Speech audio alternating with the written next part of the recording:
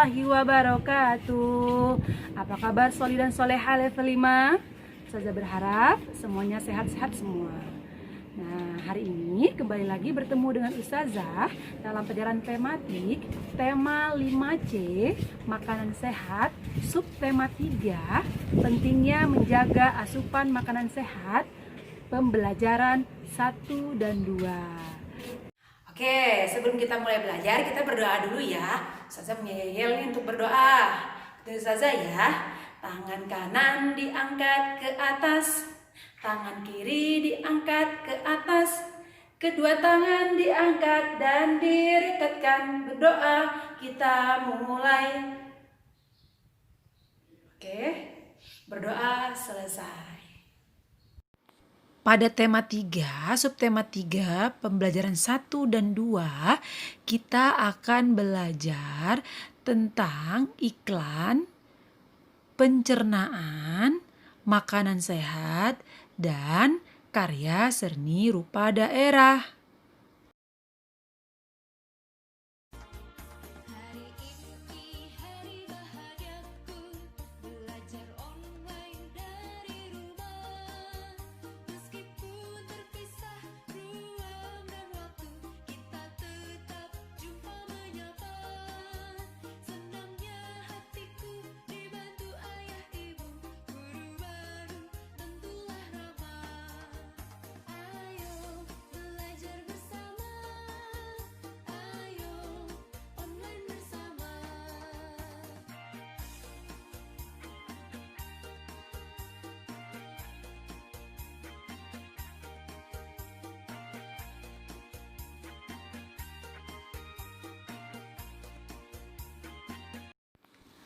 Oke, tadi anak sudah melihat ya jenis-jenis iklan elektronik ya terdiri dari 3 macam ya.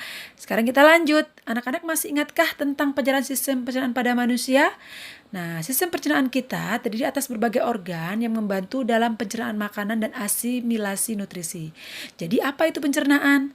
Pencernaan makanan, proses pemecahan makanan menjadi sari-sari makanan sehingga dapat digunakan oleh tubuh dengan menggunakan enzim dan organ-organ pencernaan. Salah satu ciri makhluk hidup adalah memerlukan makanan. Jadi, makanan telah dimakan akan diuraikan dalam sistem pencernaan menjadi sumber energi, komponen penyusun sel dan jaringan, dan nutrisi yang dibutuhkan oleh tubuh. Nah, apa saja yang harus kita lakukan agar organ pencernaan dapat terpelihara dengan baik? Yang pertama, menggosok gigi secara teratur. Jadi, kita harus menggosok gigi minimal 2 kali dalam 1 hari. Yang kedua, makan makanan bersih dan sehat agar kita selalu bugar dan terhindar dari segala penyakit. Yang ketiga, makan makanan bergizi dan porsi yang cukup. Nah, untuk porsi ini disesuaikan dengan aktivitas yang kita lakukan sehari-hari. Nah, upaya yang keempat yaitu membiasakan mencuci tangan dengan sabun dan air bersih terutama sebelum makan, apalagi di masa pandemi ini. Jadi ketika anak-anak melakukan kegiatan tidak hanya untuk makan, kegiatan yang lainnya, maka harus sering-sering mencuci tangan dengan sabun dan alangkah baiknya mencuci tangan di bawah air yang mengalir atau menggunakan keran. Selanjutnya, yang kelima, makan dengan pelan dan mengunyah makanan hingga lembut. Karena jika kita makannya terlalu terburu-buru, ya saat makan cepat-cepat, itu berisiko tersedak karena makanan yang belum dikunyah secara sempurna. Nah, tersedak ini sih memang hal yang cukup umum, namun tak boleh menyepelekan, ya karena apabila makanan tersangkut di rongkongan, saluran nafas akan terhambat dan membuat tak bisa bernapas. Dan yang paling penting jangan lupa membaca doa dan menjaga adab-adab ketika makan. Nah, yang keenam ini tak kalah penting, yaitu minum air putih sedikitnya 8 gelas sehari, ya. Karena salah satu manfaatnya yaitu dapat memperlancar saluran pencernaan. Jadi, dengan asupan air putih yang cukup dapat membantu lancarnya saluran pencernaan dalam bekerja, sehingga kesehatan tubuh kita tetap terjaga. Selanjutnya, banyak mengkonsumsi sayuran dan buah. Jadi di sini ada beberapa manfaat yang terkandung dalam buah. Di antaranya, buah itu mengandung vitamin yang berguna sebagai zat pengatur dan pelindung tubuh. Kemudian, buah juga mengandung banyak serat, ya, karena serat yang tinggi penting dalam proses pencernaan. Kemudian buah juga banyak mengandung air. Jadi di sini memenuhi kebutuhan tubuh akan air sehingga proses metabolisme berjalan dengan lancar. Selanjutnya, buah juga mengandung antioksidan yang di sini bermanfaat mencegah kerusakan sel. Dan buah juga dapat mencegah penyakit tertentu. Contohnya buah manggis itu bisa mencegah dan menyembuhkan penyakit kanker.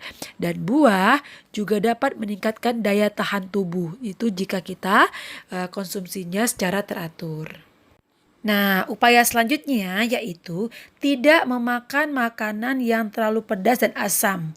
Karena jika anak-anak banyak mengkonsumsi makanan pedas dan asam, itu biasanya akan menyebabkan nyeri perut. Kemudian perut bisa menjadi mules, ya. Yang paling bahaya itu terjadinya gastritis atau mah akut. Kemudian terjadinya reflux asam, ya. Dan yang paling berbahaya itu ada nanti penyakitnya yang terkenal dengan insomnia. Nah, upaya yang terakhir yaitu olahraga secara teratur. Nah, ini paling mudah dan sangat-sangat mudah yang bisa kita lakukan, ya. Tidak usah mahal-mahal. Ya, di pagi hari anak-anak bisa jogging bersama keluarga, bersama teman, ya. Tapi jangan lupa untuk selalu jaga protokol kesehatan, menggunakan masker. Kemudian anak juga bisa bermain sepak bola, ya. Intinya semua aktivitas yang mengharuskan otot bergerak dan terbakarnya kalori dalam tubuh. Nah, untuk menjaga kesehatan organ pencernaan, makanya kita dianjurkan untuk mengkonsumsi makanan sehat yang mengandung protein. Salah satunya yaitu tempe. Nah, di sini tempe dapat bermanfaat mengatasi penyakit MAH. Kemudian, tempe juga sebagai sumber protein bebas lemak, cocok untuk yang sedang diet. Kemudian tempe juga memiliki serat yang tinggi sehingga dapat mengendalikan kadar gula dalam darah dan meningkatkan kadar kolesterol baik dalam darah dan mengeluarkan kolesterol jahat dari dalam tubuh. Dan tempe ini adalah sumber protein yang paling murah dan mudah untuk ditemukan. Selanjutnya ada buah pisang. Nah, buah pisang ini kan mudah sekali ya kita temukan di sekitar kita.